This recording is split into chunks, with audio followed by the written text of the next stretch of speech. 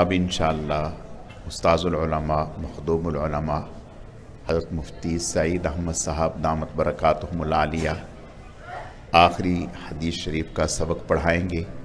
طالبات سے درخواست ہے وہ اپنی کتابیں کھول لیں اور حضرت کے ساتھ آخری سبق پڑھیں گی۔ آپ حضرات سے بھی درخواست ہے نہایت توجہ اور دھیان سے حضرت کا سبق سماعت فرمائیں۔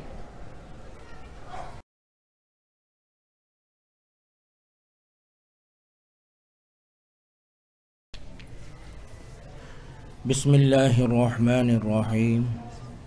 باب قول اللہ تعالی ونضع الموازین القسط لیوم القیامہ وأن أعمال بني آدم وقولهم يوزن۔ وقال مجاهد القسطاس العدل بالرومية، ويقال القسط مصدر المقسط وهو العادل، وأما القاسط فهو الجائر۔ وبالسند المتصل منا إلى إمام الهمام أمير المؤمنين في الحديث أبي عبد الله محمد بن إسماعيل قال حدثنا أحمد بن إشقاب قال حدثنا محمد بن فضيل عن عمارة بن القعقاع عن أبي زرعة عن أبي هريرة رضي الله تعالى عنه قال قال النبي صلى الله عليه وسلم كلمتان حبيبتان إلى الرحمن خفيفتان على اللسان ثقيلتان في الميزان سبحان الله وبحمده سبحان الله العظيم۔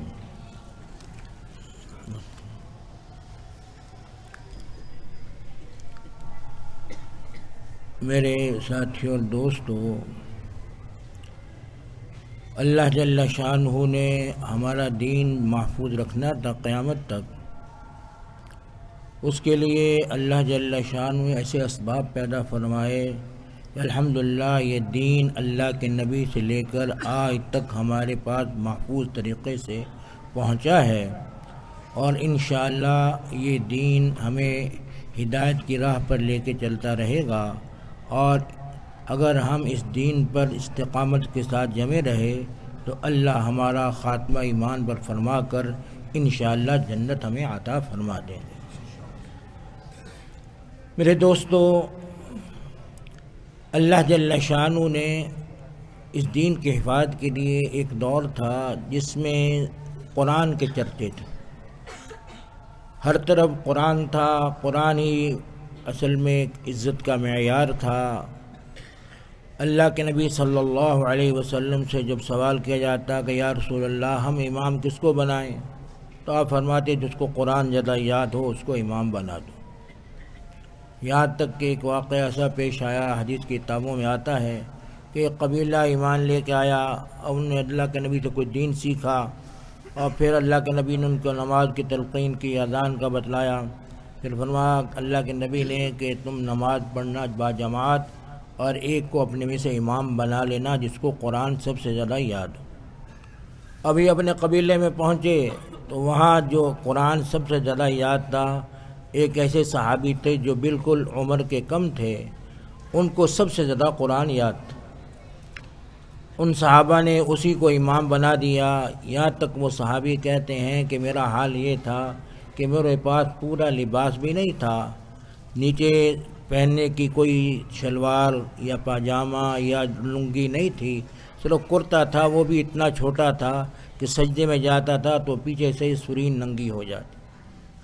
تو عورتوں نے پھر جب دیکھا، کسی عورت کی نگاہ پڑی، اس نے کہا کم از کم اپنے امام کا سطر تو ڈھانپ دو۔ تو پھر لوگوں نے میرے لیے کپڑے تیار کیے اور ایک جوڑا تیار کیا، اور مجھے اتنی خوشی ہوئی کہ آج تک اس خوشی کو میں بیان نہیں کر سکتا۔ تو یعنی اس وقت قرآن کا ایسا چرچا تھا، اللہ کے نبی نے تو نہیں کہا تھا کہ بچے کو امام بنا لینا، کیونکہ مسئلہ یہی علماء نے لکھا ہے کہ نابالغ کے پیچھے نماز نہیں ہوتی۔ نماز کے ہونے کے لیے بالغ ہونا ضروری ہے، لیکن وہ بچہ نابالغ تھا، لیکن صحابہ کو کوئی علم نہیں تھا، اپنے طور پر انہوں نے اس بچے کو امام مقرر کر لیا تھا۔ تو اس لیے اس دور میں قرآن ہی کی عزت تھی اور عظمت تھی۔ دفنانے کا موقع آتا تو کہا جاتا جس کو سب سے زیادہ قرآن ہو سب سے پہلے اس کو دفنایا جائے اور سب سے پہلے اس کو رکھا جائے، کیونکہ ایک ایک قبر میں کئی مردوں کو دفنایا جاتا تھا۔ پھر ایک دور آیا وہ فقہ کا دور تھا جس میں امام ابو حنیفہ جیسے لوگ پیدا ہوئے جن کو اللہ نے وہ فقاہت عطا فرمائی کہ عقل حیران ہے، اللہ نے جو ان کو فقاہت عطا کی تھی انسان اس کا تصور بھی نہیں کر سکتا۔ اور آج الحمدللہ ہم امام ابو حنیفہ رحمۃ اللہ علیہ کے پیروکار ہیں، انہی کی طور طریقے اور انہی کے فقہ ہے اس پر ہمارا عمل ہے۔ اور امام ابو حنیفہ رحمۃ اللہ علیہ گویا دین کا ایک ایسا ستون ہے کہ گویا ان کے بغیر ہم دین پر صحیح چل نہیں سکتے۔ اللہ جل شان نے ان کو ایسی سمجھ و فطانت عطا کی تھی کہ عجیب عجیب واقعات ان کے بارے میں آتے ہیں۔ فرماتے ہیں ولیمے میں کئی بڑے بڑے علماء، بڑے بڑے بزرگ اس وقت کے مشائخ شریک تھے، حسن بصری رحمۃ اللہ علیہ جیسے، سفیان ثوری جیسے، امام حنیفہ جیسے بڑے بڑے لوگ اس ولیمے میں شریک تھے۔ کھانا کھایا جا رہا تھا، اسی دوران کسی نے بتلایا کہ 2 بہنوں کا نکاح ہوا تھا، ان میں سے جس کا نکاح جس مرد کے ساتھ ہوا تھا غلطی سے دوسری کی بیوی اس کے پاس چلی گئی، اور دوسرے کی بیوی دوسرے کے پاس چلی گئی، لیکن پتہ نہ چل سکا، غلطی ہوئی اور ایک کی بیوی دوسرے کے پاس چلی گئی۔ اب سارے آواز جب یہ لگی کہ جی اتنا غلطی رات ہو گئی اور اب یہ ولیمے کا کھانا بند، سب پریشان کہ یہ کیا ہوا۔ تو اس وقت سارے حضرات جو بڑے بڑے ائمہ وہاں موجود تھے وہ کہنے لگے کہ بھی خطرے کی کوئی بات نہیں ہے، یہ جو ہے عقر دیں، مہر جو ہے مہر مثل کے برابر تقریباً ہوتا ہے وہ عقر، وہ ادا کریں، بس اس کے بعد اس کو اس کی بیوی اس کے پاس بھیج دی جائے، اس کی بیوی اس کے پاس بھیج دی جائے، ایک یعنی حیض گزارنے کے بعد، برات استبراء کے بعد اس کی بیوی کو اس کے پاس بھیج دو، اس کی بیوی کو اس کے پاس بھیج دو، اور حقوق کو واجب کر دو غلطی پر۔ امام صاحب خاموش رہے۔ لوگوں نے امام صاحب سے کہا آپ خاموش ہیں، آپ مسئلہ کیوں نہیں بتلا رہے ہیں؟ امام صاحب نے کہا میں تب مسئلہ بتلاؤں گا کہ ان دونوں کو میرے پاس لے کے آؤ، دونوں شوہروں کو میرے پاس لے کے آؤ، پھر میں مسئلہ بتلاؤں گا۔ اب دونوں شوہروں کو پاس لایا گا امام صاحب کے، تو امام صاحب رحمۃ اللہ علیہ فرمانے لگے کہ بھی رات جس سے تم نے گزاری ہے تمہیں پسند ہے، تمہیں کوئی اس پر کوئی اعتراض تو نہیں؟ کہنے نہیں جی بالکل ٹھیک ہے، الحمدللہ اللہ نے کیا تو اللہ نے ہمارے دل ملا دیے۔ دوسرے سے پوچھا، وہ بھی یہی کہنے لگا۔ تو امام صاحب رحمۃ اللہ علیہ فرمانے لگے کہ اپنی بیویوں کو طلاق دے دو۔ اس کو کہا تو اپنی بیوی کو طلاق دے دے، اس کو کہا تو اپنی بیوی کو طلاق دے، اور پھر اسی وقت امام صاحب نے اس کا نکاح اسی سے کر دیا جس سے رات گزاری تھی، اور اس کا نکاح اس سے کر دیا جس سے رات گزاری تھی۔ یعنی ایسا امام صاحب نے مسئلہ حل کیا، ورنہ تو ساری زندگی یہ انسان کے دل میں خیال رہتا کہ میری بیوی جو رات کسی اور کے پاس گزار کے آئی ہے تو اس کے دل میں ہمیشہ ایک میل رہتی۔ لیکن امام صاحب رحمۃ اللہ علیہ نے ایسا حل بتلایا کہ کسی کی عقل میں وہ حل آیا نہیں۔ بڑے بڑے وہاں موجود تھے، لیکن امام صاحب کو اللہ نے یہ سمجھ عطا فرمائی تھی اور یہ عقل عطا فرمائی تھی کہ ایسا حل نکالا ہے کہ کسی کو کوئی اشکال بھی نہیں۔ اور پھر یہاں وہاں تھا جی استبراء کرو ایک حیض کا، یہاں استبراء کی بھی ضرورت نہیں، کیونکہ جس کے ساتھ رات گزاری ہے اسی سے اب مل سکتا ہے، کیونکہ وہ پانی اسی کا ہوگا، کسی دوسرے کا پانی نہیں ہوگا۔ تو یعنی امام صاحب اس طرح اللہ نے ان کو عقل و سلیم عطا فرمائی تھی کہ بڑے بڑے مشکل مسائل کو وہ ایسے حل کر دیتے تھے کہ کسی کو کوئی اعتراض باقی نہیں رہتا۔ پھر ایک دور آیا جس کو حدیث کا دور کہتے ہیں۔ یہ حدیث جو امام بخاری رحمۃ اللہ علیہ نے کتاب الصحیح للبخاری لکھی ہے، یہ حدیث کی کتاب ایک دور جس میں یہ امام ابو حنیفہ کے بہت بعد کے لوگ ہیں۔ آپ شاید یاد آپ کو نہ ہو، امام ابو حنیفہ رحمۃ اللہ علیہ کے شاگرد ہیں امام ابو یوسف رحمۃ اللہ علیہ، اور امام ابو یوسف رحمۃ اللہ علیہ کے شاگرد ہیں امام محمد رحمۃ اللہ علیہ، اور امام محمد رحمۃ اللہ علیہ کے شاگرد ہیں امام شافعی رحمۃ اللہ علیہ، اور امام شافعی رحمۃ اللہ علیہ کے شاگرد ہیں امام احمد بن حنبل رحمۃ اللہ علیہ، اور امام احمد بن حنبل کے رحمۃ اللہ علیہ کے شاگرد ہیں امام بخاری رحمۃ اللہ علیہ۔ یعنی امام بخاری امام حنیفہ کے شاگردوں کے شاگرد ہیں۔ یعنی کتنے آپ واسطے دیکھیں کہ امام بخاری کے شاگرد امام حنیفہ کے شاگرد امام یوسف، امام یوسف کے شاگرد امام محمد رحمۃ اللہ علیہ کے شاگرد امام شافعی رحمۃ اللہ علیہ کے شاگرد امام احمد بن حنبل، اور امام احمد بن حنبل رحمۃ اللہ علیہ کے شاگرد ہیں امام بخاری۔ تو امام بخاری رحمۃ اللہ علیہ امام حنیفہ کے شاگردوں کے شاگرد ہیں، لیکن جب جس دور میں اللہ جس سے کام لیتا ہے نا، اللہ ویسے اسباب بھی پیدا فرما دیتے ہیں۔ ایک دور قرآن کا تھا، اس وقت ایسے لوگوں کو حافظ عطا فرمائے کہ وہ قرآن یاد کرتے تھے۔ ایک دور آیا فقاہت کا، تو اس دور میں اللہ نے ایسے فقیہ عطا فرمائے جن کی سمجھ و بوجھ بہت دور تک جاتی تھی، جیسے امام حنیفہ جیسے لوگ ہیں، امام مالک جیسے لوگ ہیں۔ پھر ایک دور آیا یہ حدیث کی حفاظت کا۔ اس دور میں اللہ جل شان نے ایسے حافظ عطا فرمائے کہ امام بخاری رحمۃ اللہ علیہ کے بارے میں نے پہلے بھی یہاں عرض کیا تھا کہ کچھ ساتھی مل کر ایک استاد کے پاس حدیث پڑھنے کے لیے گئے، باقی سب کے پاس قلم دوات تھے، لیکن امام بخاری کے پاس کوئی قلم دوات نہیں تھی۔ بغیر قلم دوات کے جاتے تھے، سبق میں بیٹھتے تھے، واپس آ جاتے تھے۔ تو ان کے ساتھی کہنے لگے کہ اپنا وقت کیوں ضائع کر رہے ہو، کیونکہ اتنی احادیث روزانہ پڑھی جاتی ہیں، سنی جاتی ہیں، اب یہ یاد تو رہتی نہیں اتنی احادیث، ہم تو لکھ لیتے ہیں، تم لکھتے ہی نہیں ہو، تو اس لیے اپنا وقت ضائع نہ کرو، یا تو قلم دوات لے کے آیا کرو یا پھر سبق میں نہ آیا کرو۔ تو امام بخاری رحمۃ اللہ علیہ خاموش رہے، پہلے دن خاموش رہے، دوسرے دن خاموش رہے، تیسرے دن خاموش رہے۔ جب ساتھیوں نے بہت زیادہ پریشان کیا بار بار کہہ کر، تو فرمایا تم نے کتنی احادیث لکھ لی؟ کہا جی 15,000 حدیثیں لکھی ہیں ہم نے۔ اتنے دنوں میں کتنی احادیث لکھی ہیں؟ 15,000۔ کہا اچھا اپنے لکھے ہوئے نکالو۔ تو امام بخاری رحمۃ اللہ علیہ کو اللہ نے ایسا حافظہ عطا فرمایا تھا کہ وہ 15,000 احادیث انہوں نے بغیر صرف ایک دفعہ سننے کے بعد ساری حدیث سنا دی۔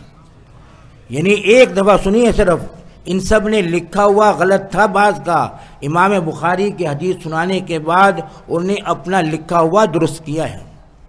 تو یعنی اس طرح اللہ نے حافظہ عطا فرمایا تھا اپنے اس دین کے حفاظت کے لیے، جس دور میں جس طرح کی ضرورت تھی اللہ نے ویسے ہی حالات پیدا کر دیے تھے۔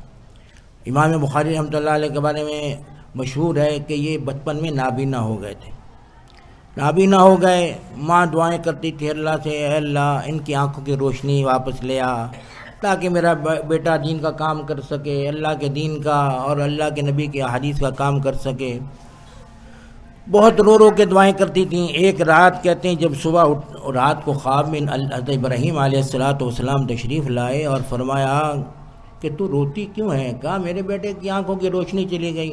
فرمایا اٹھ، اللہ نے تیری دعاؤں کے صدقے تیرے بیٹے کی آنکھوں کی روشنی واپس کر دی۔ کہتے ہیں صبح جب اٹھے ہیں امام بخاری تو الحمدللہ ان کی آنکھوں کی روشنی واپس آ چکی تھی۔ تو یہ کہنے کی باتیں تو ہم کو لگتا ہے کہ یہ کہنے کی باتیں ہیں، لیکن یہ حقیقت ہے، اس میں کوئی شک نہیں ہے۔ ویسے تو اللہ اپنے دین کا کام لیتا ہے تو نابینوں سے بھی لے لیتا ہے، لیکن بہرحال آنکھ بہت بڑا ذریعہ ہے دین کے حفاظت کا ہے۔ ہمارے یہاں بزرگوں میں سے کراچی میں حضرت قاری فتح محمد صاحب تھے، اللہ ان کی قبر پر کروڑا رحمتیں نازل فرمائے، جنت البقیع میں مدفون ہیں۔ یہیں نانک واڑے میں رہتے تھے، حضرت آنکھوں سے نابینا تھے، لیکن اتنے بڑے بڑے قراء کے استاد تھے کہ آپ اندازہ نہیں کر سکتے۔ ہزار شاگرد تھے لیکن آنکھوں سے نابینا، اور اللہ کی عجیب قدرت تھی کہ آنکھوں کے نابینا ہیں، لیکن انہوں نے ایک کتاب لکھی ہے عشرہ قرات میں، وہ نابینا ہونے کے باوجود لکھوائی ہے، لکھنے والوں نے لکھی ہے۔ اتنی موٹی کتاب ہے کہ ہم دیکھ کر اندازہ نہیں کر سکتے کہ اتنی بڑی کتاب حافظے کے ذریعے لکھوائی جا سکتی۔ تو اللہ جل شانہ جب کام لینے پہ آتے ہیں تو میرے دوستو اس طرح نابینوں سے بھی کام لے لیتے ہیں، اور ایسے نابینے پھر اللہ کے دین کا کام کرتے ہیں۔ اور حضرت قاری فتح محمد صاحب کو ہم نے دیکھا ہوا ہے، ایسے اللہ نے عزت عطا فرمائی تھی۔ میرے استاد محترم حضرت علامہ مولانا یوسف بن نوری رحمۃ اللہ علیہ، جن کے بعد امام بخاری کی یہ کتاب پڑھی ہے، دونوں جلدیں میں نے حضرت علامہ یوسف بن نوری رحمۃ اللہ علیہ سے پڑھی ہیں۔ حضرت کے مدرسے میں جب ہم پڑھتے تھے تو قاری فتح محمد صاحب تشریف لائے وہاں بنوری ٹاؤن کے مدرسے میں، تو حضرت کو قرآن پاک کہنے، حضرت نے کہا جی تھوڑا قرآن سنا دیں ہمیں۔ تو حضرت کو عادت تھی کہ بچہ بھی کہہ دے نا قرآن سنا دے تو فوراً قرآن سنانا شروع کر دیتے۔ تو حضرت نے قرآن سنانا شروع کر دیا، اور سنانے کے بعد کہا کہ پانی مجھے چاہیے پینے کے لیے۔ تو پانی لا کے دیا تو حضرت نے تھوڑا سا پیا، باقی گلاس واپس کر دیا۔ تو ہم نے حضرت علامہ یوسف بنوری کو ان کا بچا ہوا پانی پیتے ہوئے دیکھا کہ یعنی اتنا بڑا مقام تھا قاری فتح محمد صاحب کا کہ وقت کا محدث جس کو علامہ یوسف بنوری کہتے ہیں وہ بھی ان کے بچے ہوئے پانی کے پینے کو فخر سمجھتا تھا۔ اسی طرح مشہور ہے حضرت قاری فتح محمد صاحب رحمۃ اللہ علیہ کے بارے میں حضرت مفتی شفیع صاحب دارالعلوم کے جو بانی ہے، جو ہمارا نانک کورنگی میں دارالعلوم ہے، اس کے بانی اور محتمم تھے وہاں کے۔ حضرت کا فتویٰ یہ تھا کہ شابینہ جو ہے رات کو نفلوں میں نماز پڑھنا یہ جائز نہیں۔ تو ہمارے قاری عبدالرحمن صاحب تھے، وہ مجھے ایک دفعہ بتانے لگے کہ حضرت قاری فتح محمد صاحب جو ہے نانک واڑے میں تھے، تو حضرت بھی اس وقت پہلے نانک واڑے میں رہتے تھے، پھر بعد میں کورنگی چلے گئے۔ تو کہتے ہیں حضرت رات کو شبینہ پڑھا کرتے تھے، قرآن پاک کی تلاوت کیا کرتے تھے رات کو، پوری رات حضرت قاری فتح محمد صاحب۔ تو ایک دن حضرت مفتی شفیع صاحب بھی پیچھے آگے کھڑے ہو گئے اور پیچھے کھڑے ہو کر گویا نفلوں کی نماز کی نیت باندھ لی پیچھے۔ بعد میں کسی نے کہا حضرت آپ کا فتویٰ تو یہ ہے کہ نفلوں کی نماز باجماعت جائز نہیں ہے اور آپ ان کے پیچھے آگے کھڑے ہو گئے نماز پڑھنے کے لیے۔ فرمایا ہر ایک کا حکم ایک نہیں ہوتا، ہر ایک کا حکم الگ ہوتا ہے۔ میں ان کے لیے کہتا ہوں جو دکھاوے کے لیے نفلوں کی جماعت کراتے ہیں۔ مجھے پتہ ہے کہ جتنا اخلاص قاری فتح محمد میں ہے ایسا اخلاص کسی میں نہیں ہو سکتا، اس لیے میں نے ان کے پیچھے نماز پڑھنے کو اپنا اعزاز سمجھا۔ تو یعنی معلوم ہوا کہ یہ اللہ جل شان ہو کہ ہاں ان لوگوں کا مقام میرے دوستو بہت اونچا ہے۔ بہر اللہ جل شان نے اپنے دین کی حفاظت کے لیے امام بخاری کو منتخب فرمایا۔ انہوں نے یہ حدیث کی کتاب لکھی جو آج ہمارے مدارس میں پڑھائی جاتی ہے اور آخری سال میں اس کتاب کا درس ہوتا ہے۔ استاد پڑھاتے ہیں، پڑھنے والے بچے اور بچیاں اس کتاب کو ختم کرتے ہیں۔ تو امام بخاری نے اپنی کتاب کو شروع کیا ہے کتاب الوحی سے، وہ کتاب الایمان سے، لیکن اس سے پہلے ایک باب باندھا ہے باب بدء الوحی۔ علماء لکھتے ہیں کہ امام بخاری نے کتاب شروع کی ہے کتاب الایمان سے، لیکن پہلے بطور مقدمے کے امام بخاری رحمۃ اللہ علیہ باب بدء الوحی لے کے آتے ہیں اور بتلانا یہ چاہتے ہیں کہ لوگو اگر تم ایمان چاہتے ہو تو وحی کی روشنی کے بغیر مل نہیں سکتا۔ اگر ایمان تمہارے پاس وحی کی روشنی کے مطابق ہے تو تم کامیاب ہو، اگر تمہارا ایمان وحی کی روشنی کے علاوہ ہے، اپنی عقل کے پیچھے چل کر تم ایمان پر چلنا چاہتے ہو تو گمراہی تو تمہیں مل سکتی ہے لیکن ایمان کبھی نہیں مل سکتا۔ اس لیے امام بخاری رحمۃ اللہ نے باب بدء الوحی سے اس کتاب کو شروع کیا اور پھر اس کے بعد ایک حدیث لے کے ہیں انما الاعمال بالنیات۔ بتلانا امام بخاری کو یہ ہے کہ دنیا میں کوئی عمل بھی کیا جائے جب تک اخلاص نہ ہو، اللہ کی رضا نہ ہو، اس عمل کی کوئی قدر و قیمت نہیں۔ اگر آپ یہ چاہتے ہیں ہماری نماز قبول ہو جائے، ہمارے روزے قبول ہو جائیں، ہمارا ذکر قبول ہو جائے، میرے دوستو ہماری تعلیم و تعلم قبول ہو جائے، تو سب سے بڑی چیز جو ہمیں اس کے لیے ضروری ہے وہ اخلاص ہے۔ اس لیے علماء نے لکھا ہے کہ اخلاص ایک ایسی برکت والی چیز ہے کہ اس کے ذریعے اللہ جو ہے نبیوں کو بھی عزت عطا فرماتے ہیں۔ اور یہ علماء نے لکھا ہے، حضرت مفتی رشید احمد صاحب ایک جگہ لکھتے ہیں بخاری کی شرح میں، فرماتے ہیں کہ اخلاص جو ہے یہی وہ وجہ ہے جو انبیاء کے عظمت کی بنتی ہے، اور انبیاء علیہ الصلوۃ والسلام کا مقام جو ملتا ہے وہ اخلاص کی برکت سے ملتا ہے۔ نبی کو بھی مقام جو ملتا ہے وہ اخلاص کی برکت سے ملتا ہے۔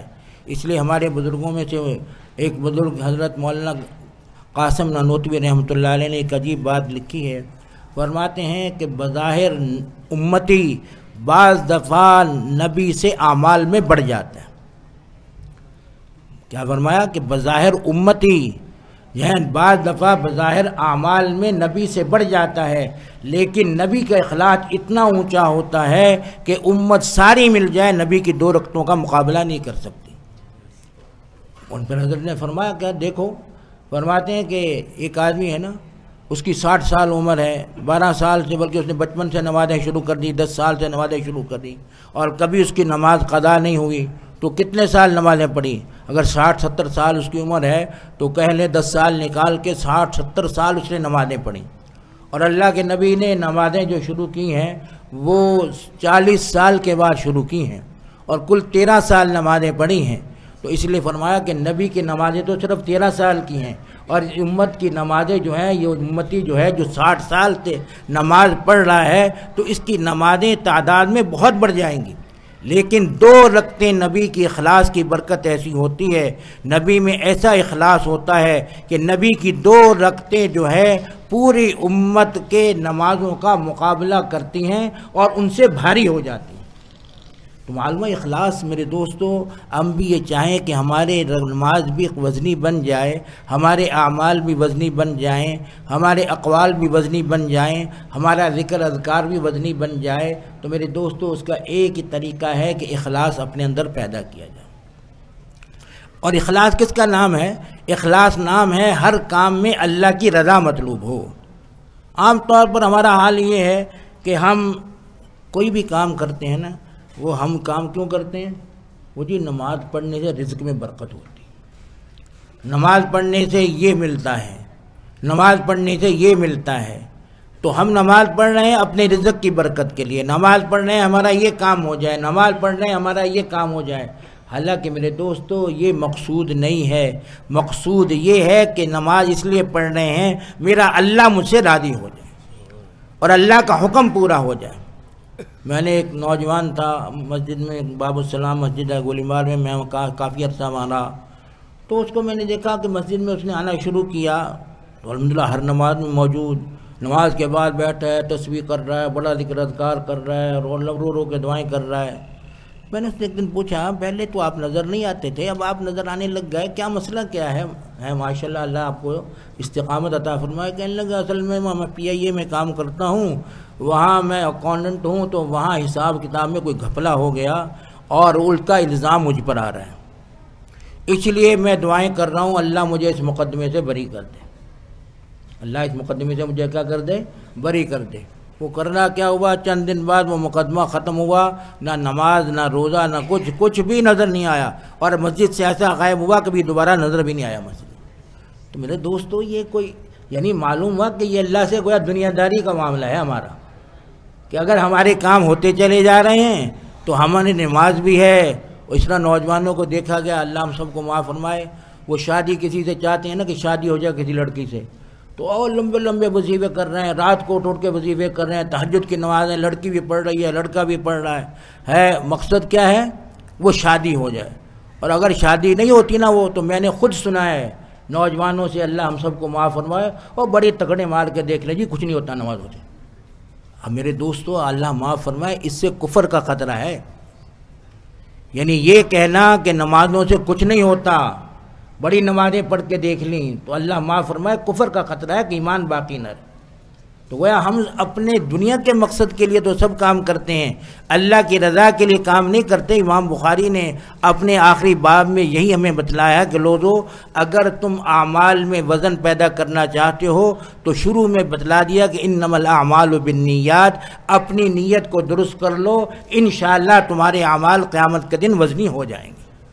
تو اس لیے اللہ ہمیں اس کی توفیق عطا فرما دے کہ ہم سب کیا کرنے والے بن جائیں، اعمال اللہ کی رضا کے لیے کرنے والے بن جائیں۔ ہمارا مقصد دنیا نہ ہو۔ دیکھو یہ دنیا ملتی ضرور ہے، اعمال سے میں یہ نہیں کہتا کہ اعمال سے دنیا میں فرق نہیں پڑتا، اعمال سے دنیا نہیں ملتی، اعمال سے برکت نہیں ہوتی، میں یہ نہیں کہتا، لیکن میں یہ کہتا ہوں کہ مقصد یہ ہے کہ ہماری اللہ کی رضا مقصود ہو۔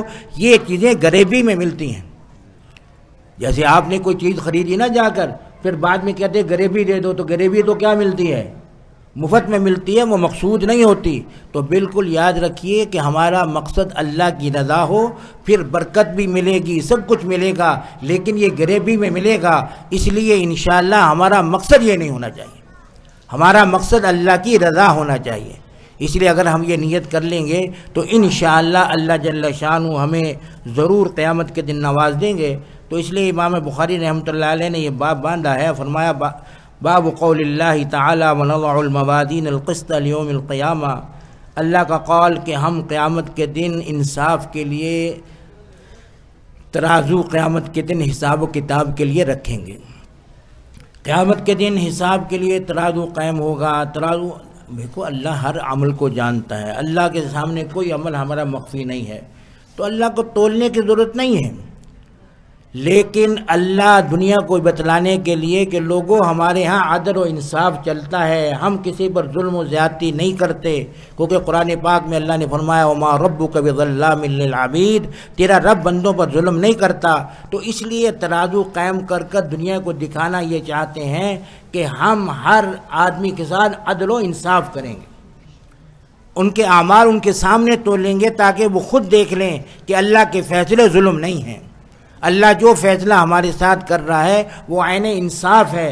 اس لیے اللہ جل شانہ ترازو قائم کریں گے، ورنہ اللہ کو ترازو رکھنے کی ضرورت نہیں ہے، وہ ہر ایک کے اعمال کو جانتے ہیں، ان کو پتہ ہے کہ کس دل میں کھوٹ ہے اور کس کا دل اللہ کے لیے اور خالص اللہ کی رضا کے لیے کر رہا ہے، اللہ کو سب کچھ معلوم ہے۔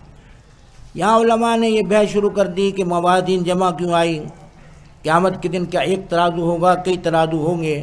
بعض نے کہا کہ جتنے لوگ ہوں گے اتنے ترازو ہوں گے، بعض نے کہا اعمال جو ہیں روزہ ہے اس کا ترازو الگ ہوگا، نماز ہے اس کا ترازو الگ ہوگا، حج ہے اس کا ترازو الگ ہوگا، زکوٰۃ ہے اس کا ترازو الگ ہوگا، تو اس لیے جمع لے کے آئے کہ ہر چیز کا ترازو الگ ہوگا۔ لیکن اکثر علماء کی رائے یہ ہے کہ قیامت کے دن ترازو ایک ہی ہوگا۔ جب ایک ترازو ہے تو اللہ نے موازین جمع کو ذکر کی، اللہ جل شانہ صرف واحد کا صیغہ لاتے ہیں، میزان کہتے موازین نہ کہتے، تو میزان نہیں کہا موازین کیوں کہا؟ تو علماء نے اس کا جواب دیتے ہوئے ارشاد فرمایا کہ قیامت کے ترازو تو ایک ہوگا، لیکن وہ ایسا عظیم الشان ترازو ہوگا، اللہ اس کی عظمت کو بیان کرنے کے لیے اس کو جمع کے ساتھ ذکر کر رہے ہیں۔ تو یہ دنیا کا قاعدہ ہے کہ ہم کسی کی عظمت کے لیے اس کو جمع سے ذکر کرتے ہیں، آپ نے کیا فرمایا، آپ نے یہ کیا ہے، آپ اس کو تو نے یہ کیا نہیں کہتے، بلکہ جمع کے الفاظ استعمال کرتے ہیں، آپ نے کیوں کیا، آپ نے ایسا کیوں کیا۔ تو عظمت کے لیے جمع کا استعمال ہوتا ہے۔ خود اللہ جل شانہ وحدہ لا شریک ہیں، وہ اکیلے ہیں۔ آج بعد بے وقوف لوگ کہا کرتے ہیں جی کہو اللہ فرماتا ہے، کہو اللہ فرماتے ہیں نہ کہو، وہ کیوں کہتے اللہ فرماتے ہیں تو جمع ہے، تو معاذ اللہ اللہ کئی ہیں، اور اللہ فرماتا ہے تو اللہ ایک ہے، تو وہ صحیح ہے اللہ فرماتا ہے، اللہ فرماتے ہیں یہ صحیح نہیں۔ لیکن قرآن پاک نے اللہ جل شانہ نے خود فرمایا لوگو اللہ کے ہاں عظمت مطلوب ہے، اس لیے اللہ خود فرماتے ہیں نحن اقرب الیہ من حبل الورید، ہم تمہاری شاہ رگ سے بھی زیادہ قریب ہیں۔ یعنی اللہ نے اپنے لیے نحنو کا ضمیر استعمال کی ہے، جبکہ عرب میں عام طور پر اس کے لیے واحد کی ضمیر انا آنی چاہیے تھی، لیکن اللہ نے نحنو کہہ کر یہ بتلایا ہے کہ لوگوں عظمت کے لیے اللہ کو جمع کے ساتھ ذکر کیا جائے تو یہ شرک نہیں ہے، یہ اللہ کی طرف سے اجازت ہے۔ تو اس لیے معلوم ہوا کہ اللہ کو عظمت کے ساتھ پکارنا، اللہ کی عظمت کو ملحوظ خاطر رکھنا میرے دوستوں ہم سب کے لیے ضروری ہے۔ اللہ ہمیں اپنے رب سے عظمت اور اس کے لیے اللہ ہمیں اس کی بڑائی ہمارے دل میں پیدا کر دے اور ہم اس کو عظمت کے ساتھ بلانے والے بن جائیں، یہ ہم سب کے لیے ضروری ہے۔ اس لیے اللہ جل شانہ نے یہاں موازین جمع ذکر کی ہے۔ اس کے بعد فرماتے ہیں کہ لوگوں اعمال بنی آدم یعنی انسان کے اعمال اور ان کے اقوال قیامت کے دن تولیں گے۔ یعنی ہم ذرا بات میں اب بول رہا ہوں نا، اب بولنے کے بعد بات ختم، یہ بولنے کے بعد کوئی چیز باقی آپ کو نظر آ رہی ہے؟ ہم نے نماز پڑھی، نماز کے بعد کوئی عمل ہمیں نظر آ رہا ہے؟ تو اب اشکال بعض لوگوں کو جو عقل کے پوجا کرنے والے تھے، عقل کے پیچھے چلنے والے تھے، جیسے معتزلہ ہیں، وہ عقل کے پجاری تھے، کہتے عقل میں بات آئے گی تو مانیں گے، عقل میں نہیں آئے گی تو نہیں مانیں گے۔ اس لیے امام بخاری نے کتاب بدل الوحی لا کر باب بدل الوحی لا کر یہ بتلایا لوگوں وحی کی روشنی میں چلو، عقل کی روشنی میں کبھی نہ چلنا۔ ان لوگوں نے عقل کی روشنی میں چلا تو کیا کہنے لگے جی قیامت کے دن وزن کوئی نہیں ہوگا، ترازو کوئی نہیں ہوگا۔ وہی قرآن پاک میں جگہ جگہ آیا وَنَقِيمُ یوم القیامت وزنا، اور کہیں کہا کہ ہم قیامت کے دن ترازو قائم کریں گے۔ تو اللہ تو جگہ جگہ کہتے ہیں ترازو رکھیں گے، تم کہتے ہو قیامت کے دن ترازو نہیں ہوگا، وزن اور اعمال کا وزن نہیں ہوگا۔ تو کہتے ہیں نہیں، مراد اس کی عدل ہے کہ اللہ عدل و انصاف کریں گے۔ نہیں میرے دوستو، یہ عقل کے پجاری تھے، عقل کے پیچھے چلنے والے تھے۔ اس لیے اللہ جل شانہ فرما رہے ہیں کہ قیامت کے دن ہم ترازو رکھیں گے، اعمال تلیں گے۔ اس لیے یہ کہنا کہ جی صرف عدل ہوگا، کوئی ترازو نہیں ہوگا، کوئی اعمال نہیں تلیں گے، یہ قرآن کی کتنی آیتوں کا انکار ہے۔ اس لیے اللہ ہمیں اس انکار سے محفوظ فرمائے۔ آج بھی لوگ اکثر عقل کے پیچھے چل رہے ہیں اور عقل کے پیچھے چل کر اپنا ایمان برباد کرتے ہیں۔ اللہ جل شانہ ہمیں ان لوگوں سے محفوظ رکھے۔ وہ اپنے آج کل ٹی وی میں اس طرح کے لوگ جو ہیں وہ آتے ہیں، وہ آ کر لوگوں کو ایسی ایسی باتیں دین کے خلاف کرتے ہیں کہ لوگ ان کی باتوں کو بڑا اچھا سمجھ کر اپنا ایمان برباد کر لیتے ہیں۔ اس لیے میرے دوستو، ہمیشہ علماء جو دیندار، جنہوں نے دین کے لیے محنتیں کی ہیں، کئی سال تک اللہ کے نبی کی احادیث کو پڑھا پڑھایا ہے، ان کی بات مانیں گے تو ہدایت پائیں گے۔ اگر ان عقل کے پجاریوں کے پیچھے چلے، جنہوں نے جا کر پڑھا کہاں ہے جی فلاں یونیورسٹی میں پڑھا، فلاں امریکہ کی فلاں یونیورسٹی میں پڑھا، وہ امریکہ کی یونیورسٹی میں پڑھ کے آئے ہیں، ان کے علم میں کبھی نور نہیں ہو سکتا۔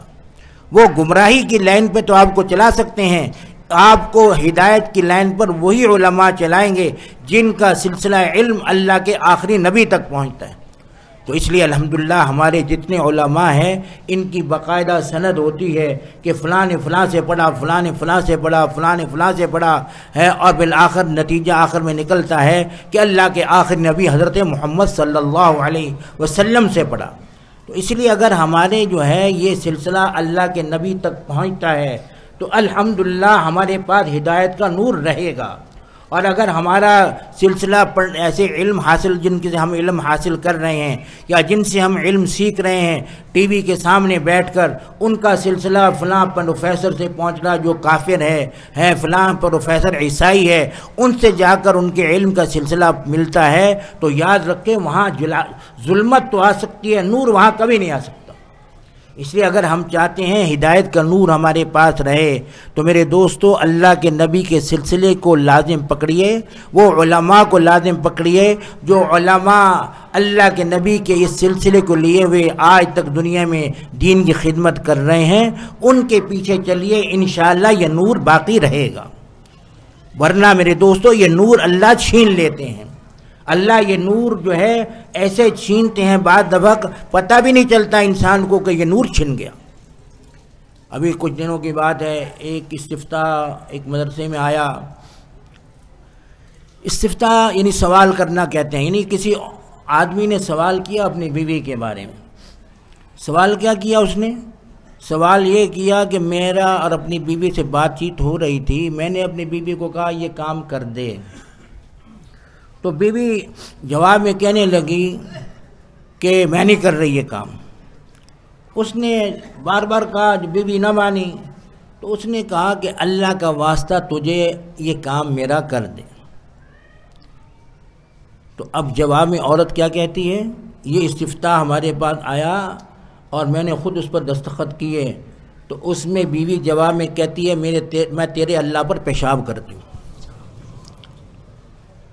اب میرے دوستو یہ کہنے کی بات ہے، اب اس کو تو احساس نہیں کہ میں نے کیا کہہ دیا، لیکن اس کا ایمان ختم، اس کا ایمان باقی نہیں رہا، اس کا ایمان ختم ہو گیا۔ اللہ جل شانہ ہمیں ایسی باتوں سے محفوظ فرمائے۔ ہم ایمان کی قدر نہیں کرتے، اس لیے امام بخاری رحمۃ اللہ علیہ نے اپنی کتاب الایمان سے شروع کی ہے اور ختم بھی کتاب التوحید پر کی ہے، جو توحید ایمان کا سب سے بڑا مدار ہے اور سب سے بڑا مرکز ہے، اس پر اپنی کتاب کو ختم کیا ہے، لوگوں کو یہ بتلانے کے لیے کہ لوگوں ایمان اول آخر ہے تو انشاءاللہ کامیاب ہو۔ اگر عقل کے پیچھے چلے تو کتاب التوحید میں ایسے تمام فرقوں کا ذکر کیا ہے جو عقل کے پیچھے چلتے تھے اور وہ سب گمراہ فرقے تھے۔ امام بخاری نے ان کا ذکر کر کر احادیث لائے ہیں، اللہ کے قرآن کی آیتیں لا کر ان کا رد کیا ہے اور بتلایا کہ یہ لوگ قرآن کے بھی مخالف ہیں، اللہ کے نبی کے احادیث کے بھی مخالف ہیں، اپنی عقل پر چلتے ہیں، اس لیے اللہ کیا ان کے ایمان کی کوئی قدر و قیمت نہیں۔ اللہ ہمیں اس سے محفوظ فرمائے، اللہ ہمیں ایمان کی قدر نصیب فرمائے۔ میرے دوستو ایمان ہے تو سب کچھ ہے، ایمان نہیں تو کچھ بھی نہیں۔ یاد رکھیے ایمان کے بارے میں بہت سے باتیں ذہن میں تھیں، لیکن کیونکہ وقت صرف تھوڑا رہ گیا اس لیے میں 5-7 منٹ 10 منٹ باقی ہیں، میں انشاءاللہ اس لیے اس بات کو یہیں ختم کرتا ہوں۔ میرے دوستو، اس کے بعد امام بخاری رحمۃ اللہ علیہ فرماتے ہیں لوگوں اعمال بھی تلیں گے اور وزن بھی تلیں گے۔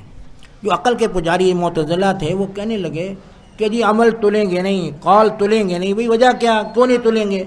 کہتے ہیں یہ عرض ہے، اور عرض جو ہوتا ہے قائم بالغیر ہوتا ہے، خود اس کا وجود نہیں ہوتا۔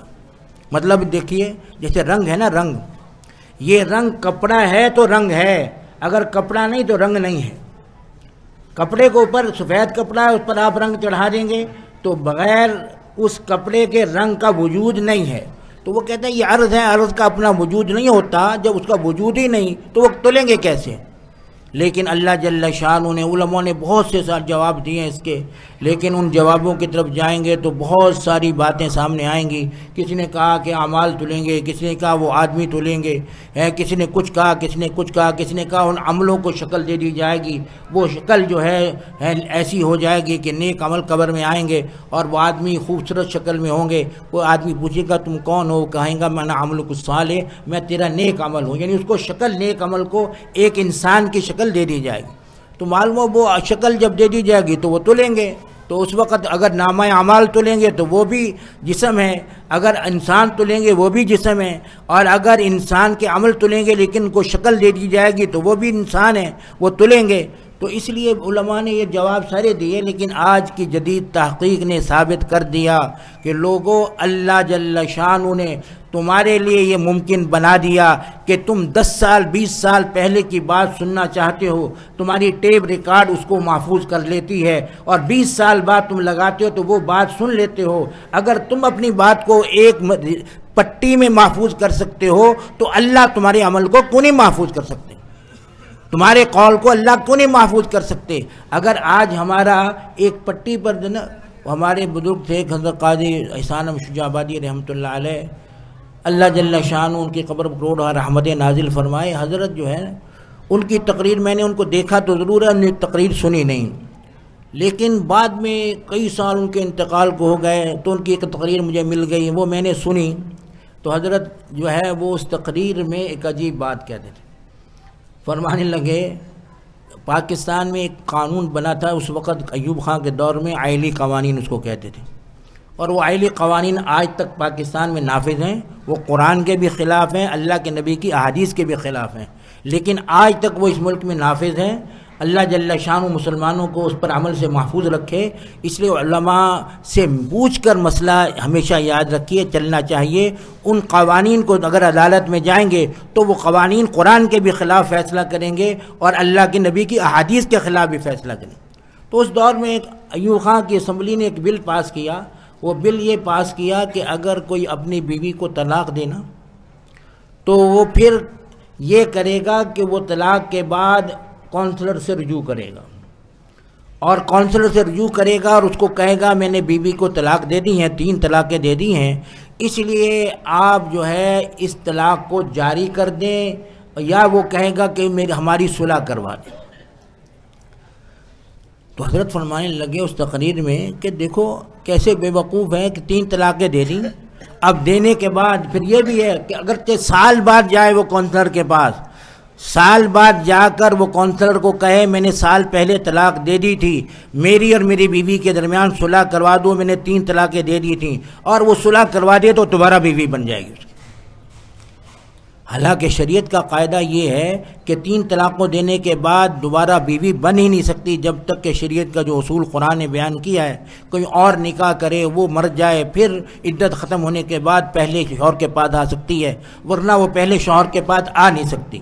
لیکن وہاں قانون کیا انہوں نے بنایا کہ جی 3 طلاقیں دینے کے بعد پھر وہ اگر کونسل کے پاس 1 سال کے بعد بھی جاتا ہے جبکہ عدت بھی ختم ہو چکی، اور اب وہ اس وقت کونسلر نے اس طلاق کو جاری کیا تو اب سے عدت شروع ہوگی، یعنی سال کے بعد عدت شروع ہوگی۔ تو حضرت فرمانے لگے ہم کو قانون بناتے ہوئے سوچ لیتے ہیں ذرا کہ قانون کس طرح بنایا جاتا ہے۔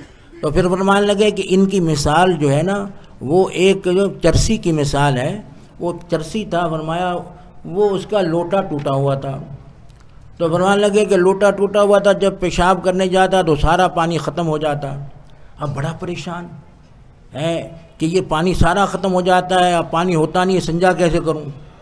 بڑی دیر سوچتا رہا، اور تھا تو چرسی، تو اب سوچ کے عقل گا ہاں ایک بات عقل میں آئی، بھئی کیا؟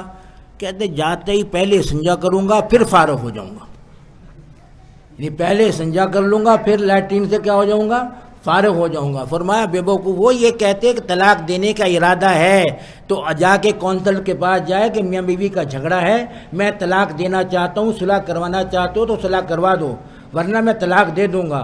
یہ کہ طلاق دے دے جا کر پھر اب کونسلر کو کہے کہ میں طلاق دے کے آیا ہوں، میری صلح کروا دو، فرمایا یہ بالکل وہ چرسی والا معاملہ ہے، یعنی پانی پہلے استعمال کر لو اور لیٹرین سے بعد میں فارغ ہو جاؤ۔ تو میرے دوستو جب عقل ماری جاتی ہے تو ایسے قوانین بنتے ہیں جو قرآن کے بھی خلاف ہیں، اللہ کے نبی کی حدیث کے بھی خلاف ہیں۔ اس لیے اللہ جل شانہ ہمیں وحی کی روشنی میں چلنے کی توفیق عطا فرمائے کہ اگر وحی کی روشنی میں چلیں گے تو انشاءاللہ کبھی گمراہ نہیں ہوں گے، ورنہ ایسے قوانین ہمارے پاکستان میں موجود ہیں جو اللہ کے نبی کی احادیث کے بھی خلاف ہیں اور اللہ کے نبی کے قرآن کے بھی خلاف ہیں، اور عمل کرنے والے اپنے آپ کو مسلمان سمجھتے ہیں۔ لیکن آپ خود فیصلہ کر لیں، اگر یہ اللہ رسول کے خلاف ہیں قوانین، ہم اس پر عمل کریں گے تو مسلمان رہیں گے کیا؟ کبھی بھی مسلمان نہیں رہ سکتے، کیونکہ قرآن کے خلاف ہے۔ جب قرآن کے خلاف ہے، قرآن نے بتلا دیا کہ عدت جو ہے وہ 3 حیض ہے، اس کے بعد وہ بیوی رہتی نہیں، تو اب تم جاتے ہیں مسئلہ بیان کرو اور یہ کہو، اور باقی 3 طلاقوں کا مسئلہ بھی اللہ نے قرآن میں بیان کر دیا اور بتلا دیا کہ جب تک کہیں اور نکاح نہ کر لے پہلے خاوند کے پاس نہیں آ سکتی۔ تو یہ اللہ نے جب احکام بیان کر دیے تو میرے دوستوں ان احکام کو چھوڑ کر اپنی طرف سے قوانین بنانا عقل کے مطابق، یہ گمراہی ہے جس کو امام بخاری روکنا چاہتے ہیں اور ہمیں یہ بتلانا چاہتے ہیں کہ لوگوں کوشش کرو وحی کی روشنی میں دنیا میں زندگی گزارو۔ اگر وحی کی روشنی میں زندگی گزارو گے تو انشاءاللہ کامیاب ہو جاؤ۔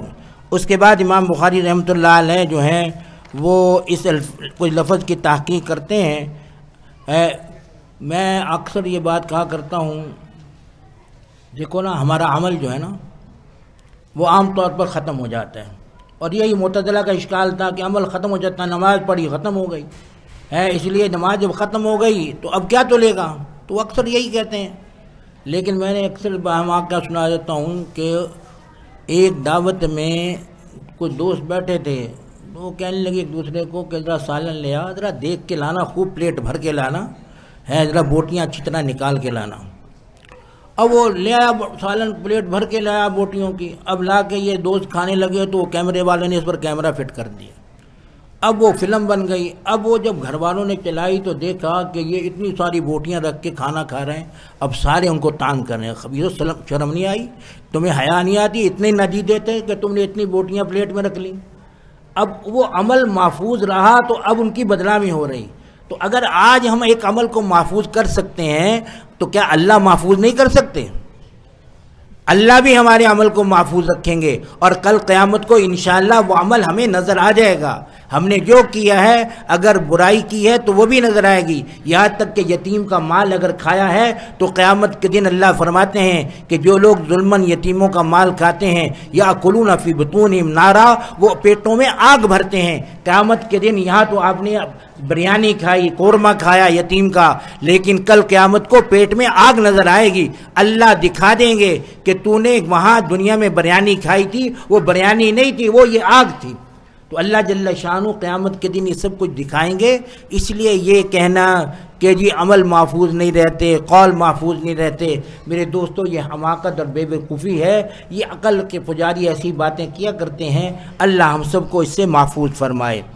باقی یہ بات انہوں نے کہی امام بخاری رحمۃ اللہ علیہ نے کہ مجاہد فرماتے ہیں القسطاس والعدل بالرومیہ، کہ قسطاس عدلی رومی زبان کا لفظ ہے، اس کے معنی عدل و انصاف کے آتے ہیں۔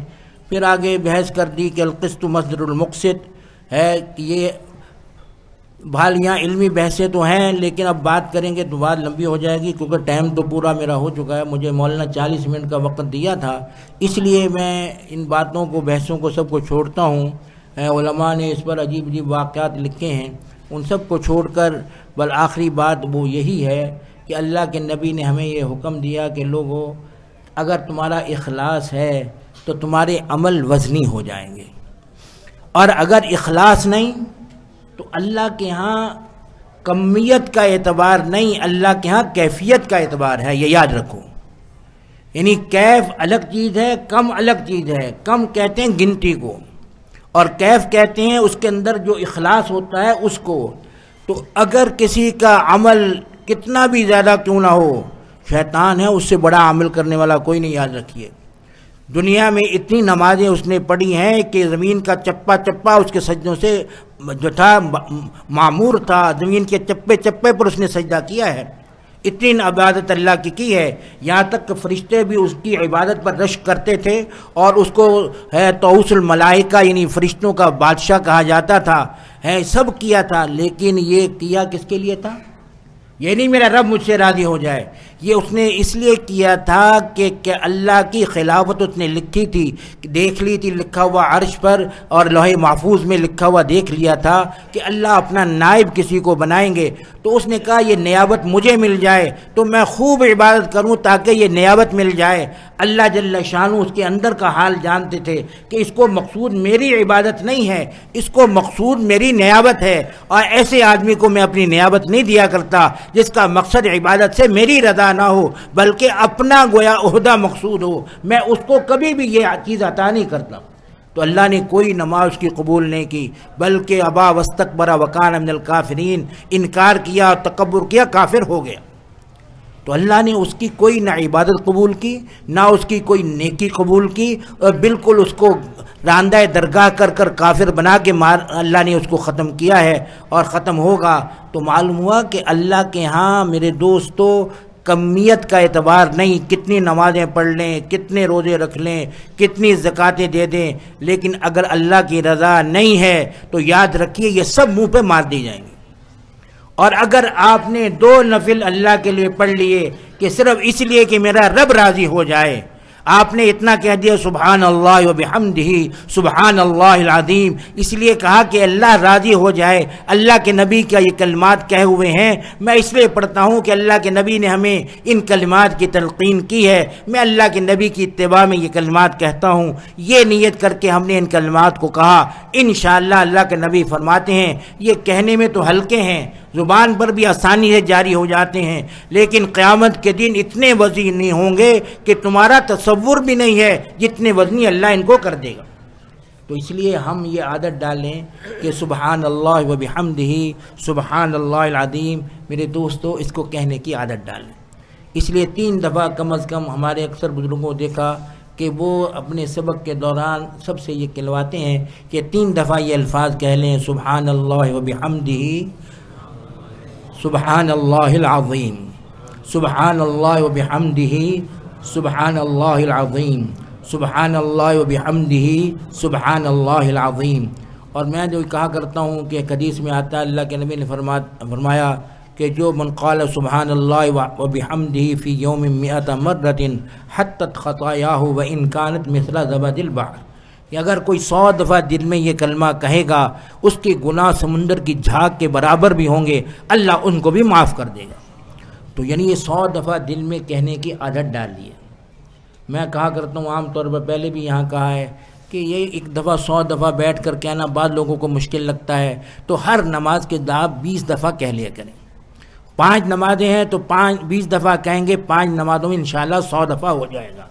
تو اگر ہم یہ عادت ڈال لیں کہ ہم ہر نماز کے بعد 20 دفعہ یہ کلمات کہا کریں گے تو انشاءاللہ کل قیامت کو ہمارے وزن میں وہ اللہ قوت پیدا کر دیں گے کہ ہمیں وہ ہمارا وزن جو ہے ہمیں جنت تک لے جائے گا، اور انشاءاللہ ہم جنت میں پہنچنے والے بن جائیں گے۔ اللہ مجھے بھی توفیق عطا فرمائے، آپ حضرات کو بھی توفیق عطا فرمائے۔ یہاں ایک بات صرف بطور اللہ کے شکر کے میں آپ حضرات کو یہ کہنا چاہتا ہوں، جہاں سب سے پہلے میں نے یہ جب بیان کیا تھا کئی سال پہلے کہ اس کو 100 دفعہ کہنا چاہیے، تو اللہ نے مجھے توفیق دی ہے، اس کے بعد الحمدللہ ہر نماز کے بعد 20 دفعہ میں یہ کلمات کہتا ہوں، اور اللہ کا شکر ادا کرتا ہوں کہ اللہ نے اس کی توفیق دی۔ آپ حضرات کو میں نے کہا لیکن اللہ نے مجھے عمل کی توفیق عطا فرما دی۔ اللہ آپ حضرات کو بھی عمل کی توفیق عطا فرما دے اور اللہ ان کلمات کو کہنے والے بن جائیں۔ اللہ ہم سب کا خاتمہ ایمان پر فرمائے۔